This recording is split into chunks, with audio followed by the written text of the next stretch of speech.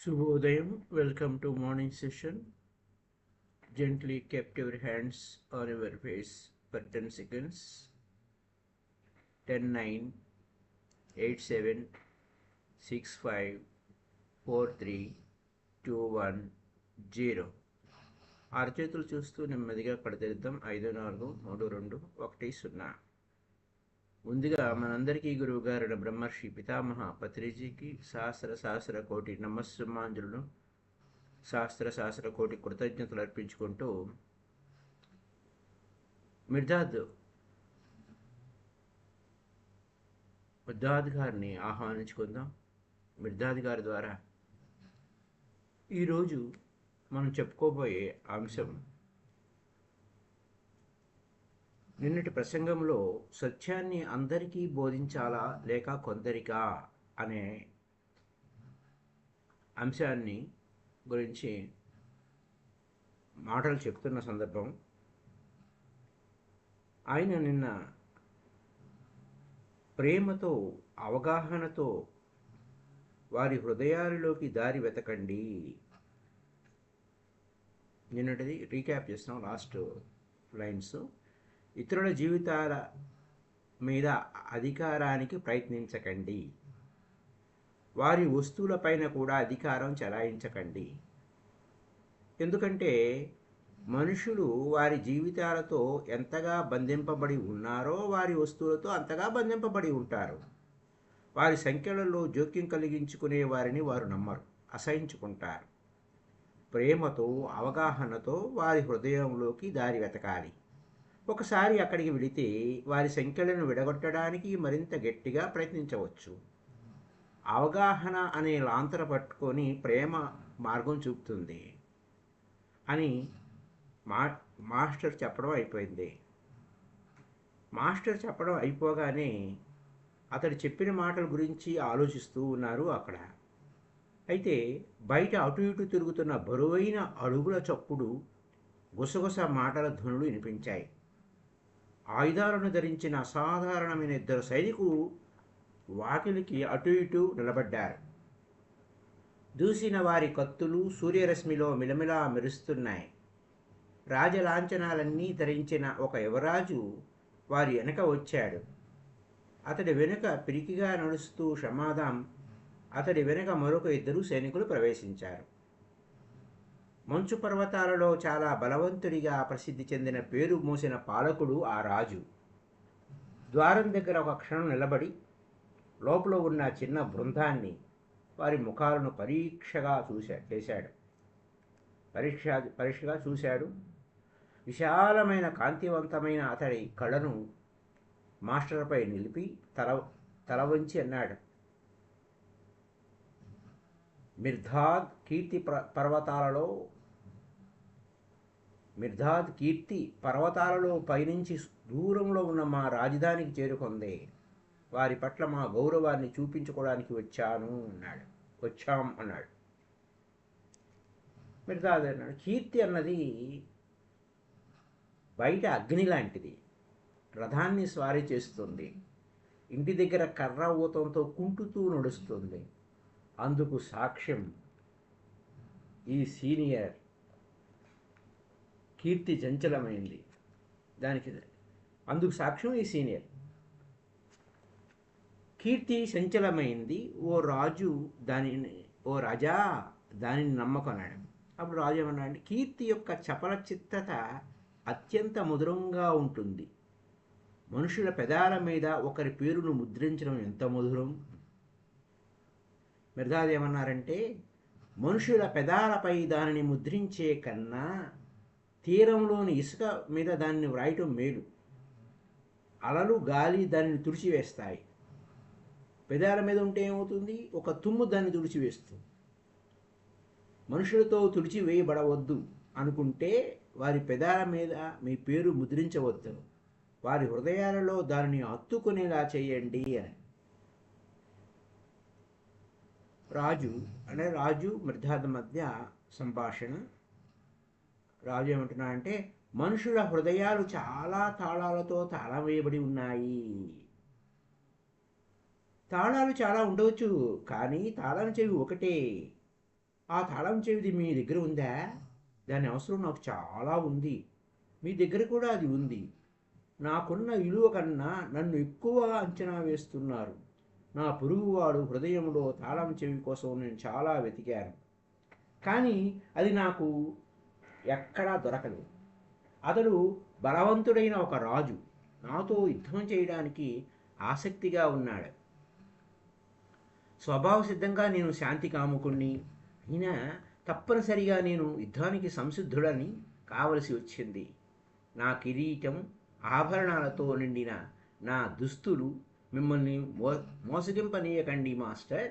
నేను వెతుకుతున్న తాళం చెవి వాటిలో నాకు కనిపించలేదు. అవి తాళం చెవిని దాటుతాయే కానీ పట్టుకుని ఉండవు. అవి మీ అడుగులకు అడ్డుపడతాయి, మిమ్మల్ని ఆటంకపరుస్తాయి. మీ కంటిని అవి దూరంగా తీసుకుని పోయి మీ అన్వేషణను వృధా చేస్తాయని.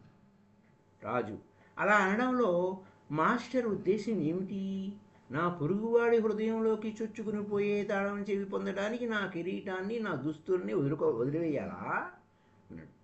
వాటిని ఉంచుకోవాలంటే మీ పొరుగువాడిని పోగొట్టుకోవాలి. మీ పొరుగువాడిని పొందాలంటే వాటిని పోగొట్టుకోవాలి.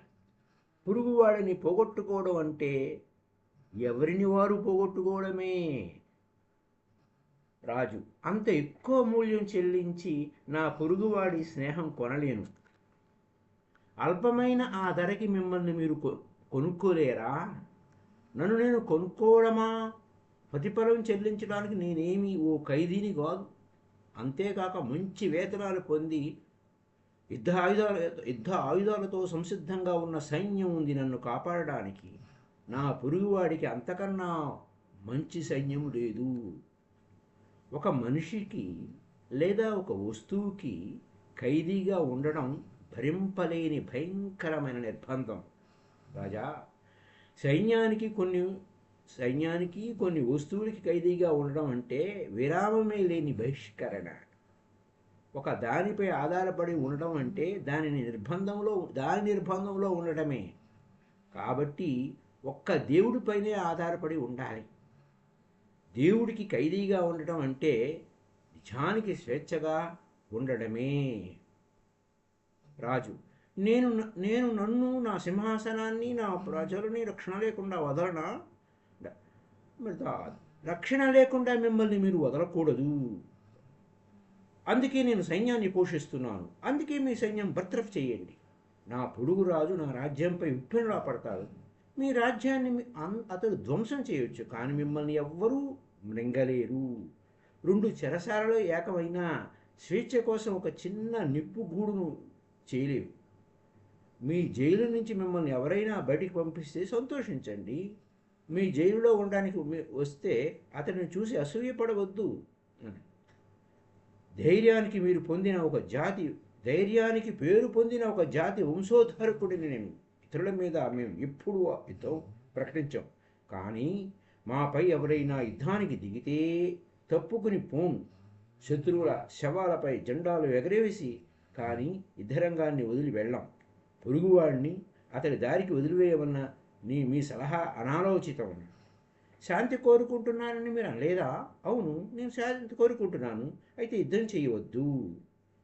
ఒకడు నాపై పోరు సలపడానికి నిశ్చయించుకుంటే ఇద్దరి మధ్య శాంతి కోసం అతడితో నేను పోరాడక తప్పదు. అతడితో శాంతిగా ఉండటానికి అతను చంపుతారా? ఎంత చిత్రమైన విషయం ఇది. చనిపోయిన వారితో శాంతియుతంగా ఉండడంలో గొప్పతనం లేదు. బతికి ఉన్న వారితో శాంతియుతంగా ఉండటం ఒక సుగుణం. ఒకవేళ ఎవరైనా బతికి ఉన్న వారిలో కానీ ఏదైనా వస్తువుతో కానీ తప్పనిసరిగా యుద్ధం చేయవలసి వస్తే ఎవరి అభిరుచులు అభిమతాలు అప్పుడప్పుడు మీ అభిరుచులకు మీ అభిమతాలకు విరుద్ధంగా ఉంటాయో అలాంటప్పుడు ఇలాంటి వాటన్నిటినీ సృష్టించిన ఆ దేవుడితోనే యుద్ధం చేయండి. ఈ పూర్ణ విశ్వంతో యుద్ధం చేయండి. ఎందుకంటే అందులోని మీ మనసుని కలవరపరిచేవి, మీ హృదయానికి ఇబ్బంది కలిగింపజేసేవి, మీకు ఇష్టమున్నా లేకపోయినా బలవంతంగా మీ జీవితంలోకి ప్రవేశించేవి లెక్కకు మించి ఉన్నాయి. నేను శాంతియుతంగా ఉన్న నాతో పొరుగువాడు పోరుకి దిగబడితే ఏం చేయాలి? పోరాడండి. ఇప్పుడు సరైన సలహా ఇచ్చారు. పోరాడండి, కానీ మీ పొరుగువాడితో కాదు. మీ పొరుగువాడితో పోరాడడానికి కారణాలైన అన్నింటితోనూ యుద్ధం చేయండి. మీ పొరుగువాడు మీతో ఎందుకు యుద్ధం చేస్తాడు? మీవి నీలి కళ్ళు, అతడివి కపిలవర్ణం కళ్ళు అయినందువల్ల, మీరు దేవతల గురించి అతడు దయ్యాల గురించి కలగలడం వలన, లేక మీరు అతడిని మీలాగే ప్రేమించి అతడికి ఉన్న అన్నింటినీ మీవిగా చూడటం వలన? రాజా, మీ దుస్తులు, మీ సింహాసనం, మీ ఐశ్వర్యం, మీ ప్రఖ్యాతి, మీరు ఏటికైతే ఖైదీగా ఉన్నారో వాటి కోసం మీ పొరుగువాడు మీతో యుద్ధం చేయాలనుకుంటున్నాడు. ఒక బల్యమైన అతడిపై ఎత్తకుండా మీరు అతడిని ఓడించాలనుకుంటున్నారా? అతడికి తెలియకుండా అతడిపైకి వెళ్ళి వీటన్నింటి మీద యుద్ధం ప్రకటించండి. వాటి పట్టులో నుంచి మీరు బయటపడి వాటిని జయించినప్పుడు, వాటిని చెత్త కుప్పపై మీరు విసిరినప్పుడు, మీ పొరుగువాడు తన దాడిని ఆపి కత్తిని ఒరలో పెట్టి తనకు తాను చెప్పుకుంటాడు, ఈ వస్తువులకు విలువ ఉంటే నా పొరుగువాడు చెత్త కుప్ప మీదకి వాటిని ఇసరుడు అని. ఒకవేళ మీ పొరుగువాడు ఒక పిచ్చి నుంచి బయటపడకుండా ఆ చెత్త కుప్పనే మోసుకుపోతే నష్టదాయకమైన బరువు నుంచి విముక్తి పొందినందుకు ఆనందించండి. మీ పొరుగువాడు దుర్దశపై జాలి పడండి. నా సంపద కంటే విలువైంది నా గౌరవం. భగవంతుడి సజీవమైన ప్రతిరూపంగా ఆయన మనిషిగా ఉండటమే మనిషి యొక్క ఒకే ఒక గౌరవం. భగవంతుడి సజీవమైన ప్రతిరూపమైన మనిషిగా ఉండటమే మనిషి యొక్క ఒకే ఒక గౌరవం. మిగిలిన అన్ని ప్రతిష్టలు అప్రతిష్టలే. మనుషుల ద్వారా ఇవ్వబడిన గౌరవం తిరిగి వారితోనే తీసుకోబడుతుంది. ఖడ్గంతో తెచ్చుకున్న గౌరవాన్ని ఖడ్గమే తుడిచివేస్తుంది. ఏ గౌరవానికైనా తుప్పుపట్టిన బాణానికి ఉన్నంత విలువ లేకుండా లేదు. తుప్పుపట్టిన బాణానికి ఉన్నంత విలువ కూడా లేదు. మండే కన్నీటి కన్నా, ఒక రక్తపు చుక్క కన్నా దీని విలువ చాలా తక్కువ. స్వేచ్ఛ, నా ప్రజల స్వేచ్ఛ గొప్ప త్యాగానికి అర్హమైనవి కాదా? నిజమైన స్వేచ్ఛ ఆత్మత్యాగానికి అర్హమైంది. మీ పొరుగువాడి ఆయుధాలు దానిని పోలేవు. మీ సొంత ఆయుధాలు దానిని గెలవలేవు, సమర్థింపలేవు. రణరంగం దాని పాలిట ఘోరి. నిజమైన స్వేచ్ఛను సంపాదించుకునేది, పోగొట్టుకునేది హృదయంలోనే. మీకు యుద్ధం కావాలా? మీ హృదయంతోనే యుద్ధం చేయండి. మీ ప్రపంచాన్ని ఊపిరి సలపని పశువుల దొడ్డిగా చేసి ప్రతి ఆశని,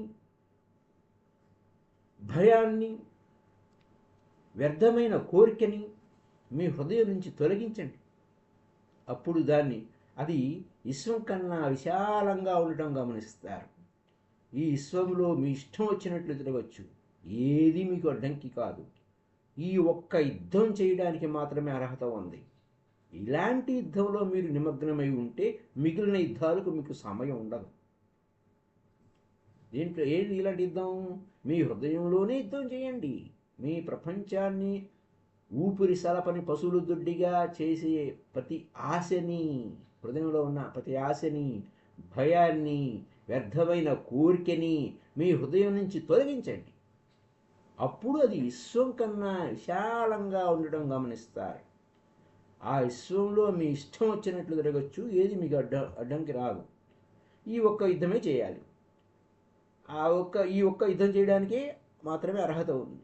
ఇలాంటి యుద్ధంలో మీరు నిమగ్నమై ఉంటే మిగిలిన యుద్ధాలకు మీకు సమయం ఉండదు. అవి ఇక మీకు అసహించుకునే పశుత్వంతో మీ మనసుని కలవరపెట్టే, మిమ్మల్ని నిర్వీర్యం చేయడానికి, మీతో మీరు సలిపే మహాయుద్ధంలో మీరు ఓడిపోవడానికి ఉద్దేశింపబడిన పాపిష్టి కుయుక్తులుగా అనిపిస్తాయి. అయితే ఇది ఒక పవిత్రమైన యుద్ధం. మీ హృదయంలో సలిపే యుద్ధంలో నువ్వు జయించడం అనేది ఓ మాసిపోని ప్రఖ్యాతి. వేరే ఏ యుద్ధంలోనైనా జయం అనేది ఘోరమైన ఓటమి కన్నా అపజయం కంటే పనికిమాలినవి. మనుషులు సలిపే యుద్ధాలన్నీ ఘోరమైన విషయాలు. మానవ యుద్ధాలు ఘోరాలు ఇలా ఉంటాయి. ఓడిన వాడిని, గెలిచిన వాడిని ఓటమి ఒకే రకంగా వరిస్తుంది. మీకు శాంతి కావాలా? మాటలతో వ్రాసిన దస్తావేజులలో దాని కోసం వెతకొద్దు. రాళ్లల్లో దానిని సమాధి చేయడానికి ప్రయత్నించవద్దు. శాంతి అని వ్రాయగలిగిన కలం సులభంగా యుద్ధం అని వ్రాయగలుగుతుంది. మనకు శాంతి కావాలి అని చెక్కే ఉలి మనకు యుద్ధం కావాలి అని కూడా సులభంగా, అంటే యుద్ధం కావాలని కూడా సులభంగా చెక్కుతుంది. అంతేకాకుండా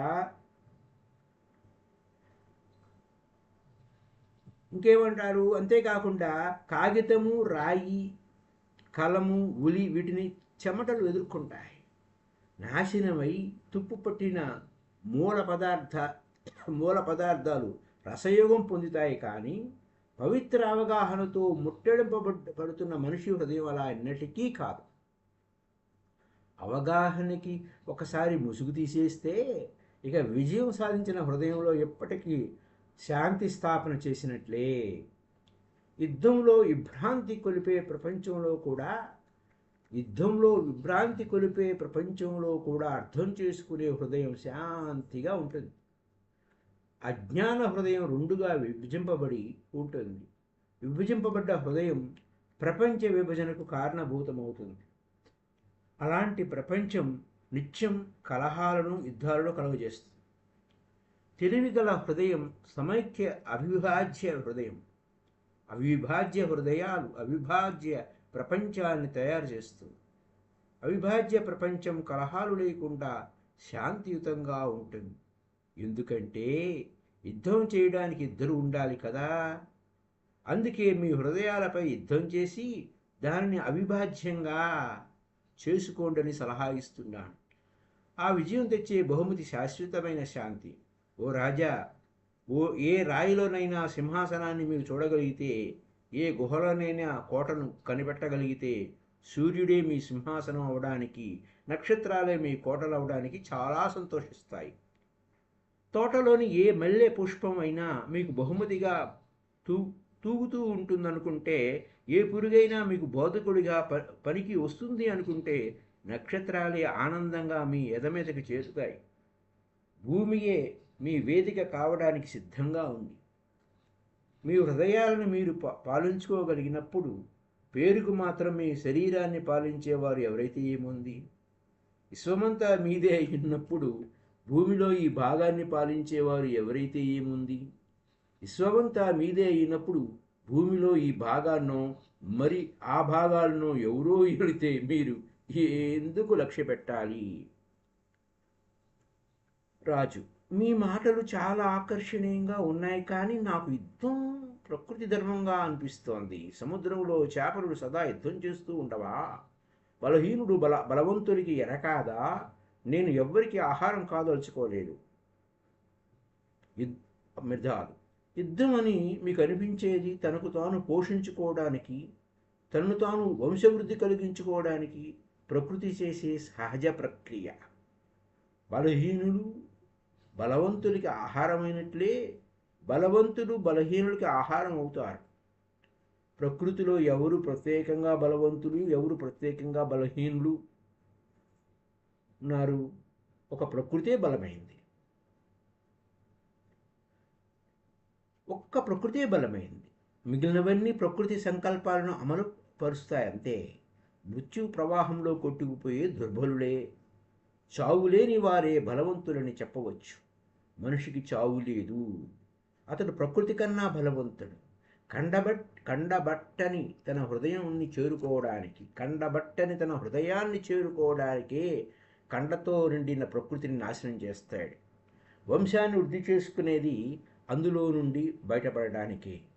అపరిశుద్ధమైన తమ కోరికలను నిర్మలమైన జంతు ప్రవృత్తితో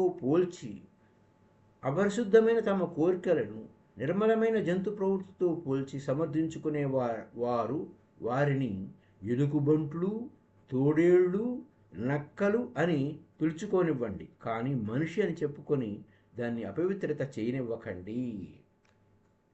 మిర్ధాదుని నమ్మి ప్రశాంతంగా ఉండండి ఓ రాజా. రాజు: మిర్ధాదు మంత్ర విద్యలో ఆరితేరిన వాడని సీనియర్ చెప్పాడు. అది నేను నమ్మడానికి అతడు కొన్ని నిదర్శనాలను ప్రదర్శించాలని కోరుకుంటున్నాను. మిర్ధాద్: మనిషిలో ఉన్న దేవుడిని ముసుగు తీయడం అన్నదే మంత్ర విద్య అయితే మిర్ధాద్ మంత్రగాడే.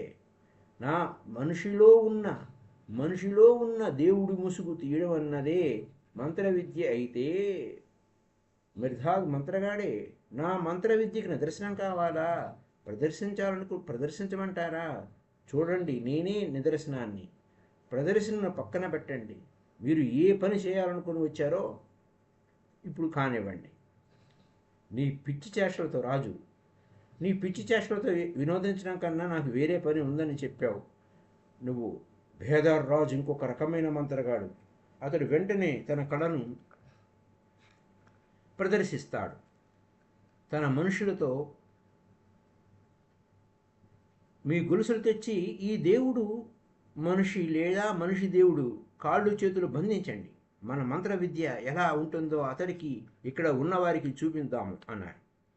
నరోండ: పశువుల్లా నలుగురు సైనికులు మాస్టర్ మీద పడి అతడి కాళ్ళు చేతులు కట్టివేయడం మొదలెట్టారు. కళ్ళ ముందు జరుగుతున్నది సత్యమో హాస్యానికో తెలియక ఏడుగురు ఒక క్షణం స్తబ్దులైపోయారు. మైకేన్, జమోరా మిగిలిన వారు కన్నా ముందుగా ఒక అసహ్యకరమైన విషమస్థితిలో విషయాన్ని గ్రహించారు. రెచ్చిపోయిన సింహాల్లా సైనికుల మీదకి దూకారు. వారిని అదుపులో పెడుతూ అభయం ఇస్తున్నట్లు మాస్టర్ కంఠధ్వని వినపడకుండా ఉంటే ఆ సైనికులను చంపేసేవారే. మిర్ధాద్: వారి కళను వారిని ప్రదర్శించనియండి మైకేన్, జమోరా. వారి ఇష్టం వచ్చినట్లు వారిని ఉండనియండి. ఆ అగాధం కన్నా భయంకరమైనవి కావు ఈ సంఖ్యలు. తన అధికారాన్ని భేదార్ రాజు అధికారంతో సర్దుబాటు చేసుకుని క్షమాదామును సంతోషింపనివ్వండి. ఆ సర్దుబాటే వారిద్దరిని దూరం చేస్తుంది. మైకేల్, మా మాస్టర్ను ఒక నేరస్తుడిలా బంధిస్తుంటే ప్రక్కన నిలబడి చూస్తూ ఊరికే ఎలా ఉండగలం? మిర్ధాల్, నా గురించి ఎలాంటి ఆతృత వద్దు, శాంతంగా ఉండండి. ఏదో ఒకరోజు మీకు వారు ఇదే చేస్తారు, కానీ వారికి మీరు ఎలాంటి అపకారాలు చేయలేరు. వారికి వారే చేసుకుంటారు. రాజు, స్థిరమైన అధికారాన్ని పరంపరా హక్కుని ఎదిరించే ప్రతి మోసగాడికి, ప్రతి నాటు వైద్యుడికి ఇలాంటి శాస్త్రి జరగవలసిందే. క్షమాదామును చూపిస్తూ, ఈ పవిత్రమైన మనిషి ఈ సంస్థకి న్యాయమైన అధిపతి. అతడి మాట అందరికీ శాసనం కావాలి. దేని ఔదార్యాన్ని మీరు అనుభవిస్తారో ఆ పవిత్రమైన ఆర్క్ నా రక్షణలో ఉంది. ఆర్క్, దాని ఆస్తిపాస్తులు అన్నీ నా సంరక్షణలోనే ఉన్నాయి. ఆర్కుని చెడు ఉద్దేశంతో తాకిన చేతిని నా ఖడ్గం తెగ్గొడుతుంది. అందరూ ఇది తెలుసుకుని జాగ్రత్తగా ఉండండి. మళ్ళీ తన మనుషులతో, ఈ దగాకోరుని, ఈ వంచకుడిని బయటికి ఏడ్చండి. అతడి ప్రమాదకరమైన సిద్ధాంతం ఆర్క్ని ఇప్పటికే చాలా వరకు నాశనం చేసింది. ఇప్పటి నుంచి బేదార్ జైల్లోని భయంకరమైన ఘోడలకు అతడిని బోధింపబడనివ్వండి. అతడిని తీసుకుని వెళ్ళండి. అరుండా సైనికులు మాస్టర్ని బయటికి తీసుకుని వెళ్ళారు. రాజు, క్షమాదం ఆనందంతో కూడిన అతిశయంతో వారిని అనుసరించారు. అశుభ సూచకమైన ఆ ఊరేగింపు వెనక మాస్టర్నే చూస్తూ దుఃఖంతో మూసుకుపోయిన నోళ్లతో, బాధతో బ్రద్దలవుతున్న హృదయాలతో ఆ ఏడుగురు నడిచారు. మాస్టర్ దృఢంగా, నిర్దిష్టంగా ఎత్తిన తలతో నడిచాడు. కొంత దూరం నడిచాం. వెనుకకు తిరిగి మమ్మల్ని చూసి అన్నాడు, మిర్దాల్ పట్ల నమ్మకంతో నిలకడగా ఉండండి. నా ఆర్క్ని ప్రారంభించి దానిని మీ ఆధీనంలో ఉంచే వరకు మిమ్మల్ని వదిలి వెళ్ళను. నరుండ బరువైన ధ్వనితో పాటు మాస్టర్ మాటలు కూడా చాలాసేపు మా చెవుల్లో మారుమోగుతూ ఉన్నాయి. ఇది ఈరోజు ఎపిసోడ్లో మనం చెప్పుకున్న అంశాలు. కపట నాటకంతో క్షమాధాం బేదార్ రాజు అనేటువంటి ఒక యువరాజును వెంటబెట్టుకుని వచ్చి బేదార్ జైల్లోకి వేయాలని క్షమాదాముని నలుగురు సైనికులను పెట్టుకుని ఈడ్చుకుని వెళ్ళిపోయారు. కానీ అనేక అద్భుతమైన సంభాషణలో అవతల వ్యక్తి కపటంగా ఉన్నా సరైన బోధ, శాంతి అంటే ఏమిటి, శాంతి కోసం ఎంత అశాంతి చేస్తున్నారు ఈ ప్రపంచంలో అనేది ఇప్పటికీ తేటతెల్లమవుతూనే ఉంది. శాంతి పేరుతో ఎన్ని యుద్ధాలు చేస్తున్నారో మనుషులు ప్రపంచంలో. అందుకోసం ఈ మిర్ధాద్ అనే బుక్ ఈ భూమి మీద ఉన్నంతకాలం, ఈ మనిషి భూమి మీద బతికేంతకాలం మిర్ధాద్ పుస్తకం శాశ్వతంగా జీవించి ఉంటుందని అంటారు ఓషో గారు. మిర్ధాద్ పుస్తకం నాకు అమితంగా నచ్చిన, మరి నేను అమితంగా ప్రేమించే పుస్తకం. మిర్ధాద్ యొక్క ప్రతి వాక్యం, ప్రతి మాట చాలా ముఖ్యం. ఎంత అద్భుతమో మిర్ధాద్. ఈ పుస్తకాన్ని ఊరికే అలా చదివేయకుండా దాన్ని ఒక అద్భుత సద్గ్రంథంగా చదవాలి. బహుశా అది ఒకటే పవిత్ర గ్రంథం అని అనవచ్చు అంటారు ఓషో గారు. ఇంతటి గొప్ప విషయాన్ని మరి చెప్పుకున్న తర్వాత రేపటి ఎపిసోడ్లో సహచరులను తన వైపుకు తిప్పుకోవాలని క్షమాదాం, ఇంకా ఎవరు మాస్టర్ లేడు కాబట్టి, మిర్ధాద్ లేడు కాబట్టి సహచరులను తన వైపు తిప్పుకోవాలని ప్రయత్నించాడు. కానీ మిర్ధాద్ మళ్ళీ తిరిగి ఎలా వచ్చారు, ఆ జైలు గోడలు అతన్ని ఎలా ఆ యొక్క బేదార్ రాజు ఏ విధంగా అతన్ని విడుదల చేయాల్సి వచ్చింది అనే గొప్ప విషయాలని రేపటి ఎపిసోడ్లో తెలుసుకుందాం. So thank you very much. ఇప్పుడు మనం ఏకతా ధ్యానంలోకి ప్రవేశిస్తాము 6 గంటలకు, 6 నుంచి. ఇప్పటివరకు కొంచెం విరామం తీసుకొని మళ్ళీ 6కి కలుసుకుందాం. ఏకతా ధ్యానం ఆదివారం. Thank you very much masters. Up to now, kindly like this video and share this video to all. Like చేయండి, లైక్ చేయడం మర్చిపోవద్దు. లైక్ చేయడం వల్ల ఎక్కువ మందికి ఈ యొక్క విషయం చేరుతుంది. Thank you. Happy day.